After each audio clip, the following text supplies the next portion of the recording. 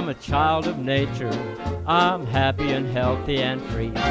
Wild Boy is a compilation of rare and unreleased music by Eden Ahbez, better known to his friends as Abi. The songs come from roughly 1949 to 1971. There was a boy. The two things that people most know about Abi is the 1948 single and massive hit Nature Boy, whose famous line is "The greatest thing you'll ever learn is just to love and be loved in return."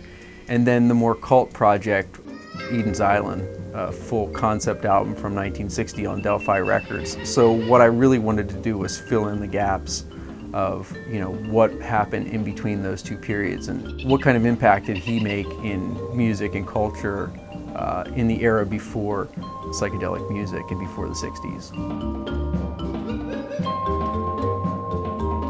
In 2014, I worked with a small label in California called Hills of Hollywood Records, and they released an album called The Exotic World of Eden Abi. And this was basically all of the independent songs that Eden had produced or wrote or recorded in the 1950s and early 1960s, and they were basically exotica. So it was sort of a follow-up to Eden's Island, as it were. When it came to the next project, what I really wanted to do was be able to get some of the more mainstream stuff that Abi had wrote and was recorded by major label artists like Eartha Kitt and Ray Anthony on Capitol Records and Arthur Lyman on Hi-Fi Records. Hey, Jacques, have you seen Louis? I needed to find a label that was bigger and that could afford to take on a project like that. Bear Family came along with the second album and solved a lot of problems. One, a lot of the songs are still exotica, but it definitely builds off of that. Songs like Wild Boy, the title song, it's very rock and roll mixed with exotica, so in a way it kind of starts to move past what we knew of Eden and present another side of Eden. Wild boy. Big beat. Some people might find some of his work to be primitive, disappointing in ways, and that it doesn't reach the same sort of melodic or harmonic depth as Nature Boy. I don't find those to be detractors. For me, the unsystematic and almost epigrammatic style in which Eden's music plays itself out is really what makes it interesting. He doesn't have a lot of electric guitar solos, and he didn't take drugs. He had not ingested LSD or taken any hallucinogens, as far as I know. So in what ways was he really psychedelic?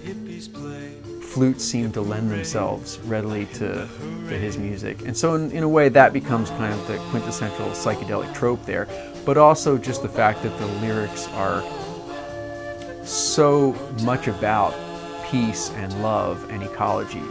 For somebody to focus on that as being this answer for modern times, you don't really get that even in some of the proto-hippies like Harry Smith or Moondog or Harry Partch. You don't get this real focus on social change that you do with Abi. The things that for me were really exciting about this album were the chance to put some unreleased music on there. There are a few that I had known about for a while and needed somebody to license these songs. The one that really gets me is Overcomers of the World. It's a simple melody. It seems to be built off of that kind of essential characteristic that you hear in Nature Boy. But there's a depth to it that's hard to deny. First of all, John Harris's voice sounds a lot like Jim Morrison, even though the Doors and Morrison had not recorded in 1963 and wouldn't for another 3 years. And also the flute solo that Abi makes is otherworldly. The album's not in chronological order. I put it together so that it would sound like, you know, of one mind, of one piece. But at some point it sort of does pick up and become chronological. And so the last 3 songs on the album are, you know, mid-60s, and it ends in 1971 with The Clam Man. The Clam Man is a wonderful man, and he lives in San Felipe by the sea. He's both traditional and modern, and in that way he feels sort of ancient and spiritual, and he also feels very progressive. I think I probably come at these projects more as a collector than anything else. That's really kind of the basis of all of this. And working with Bear Family, I had a company that was willing to dig deep and put out a fantastic package. It's very rare to be totally satisfied with the way that a package turned out. But in this case, I'm satisfied.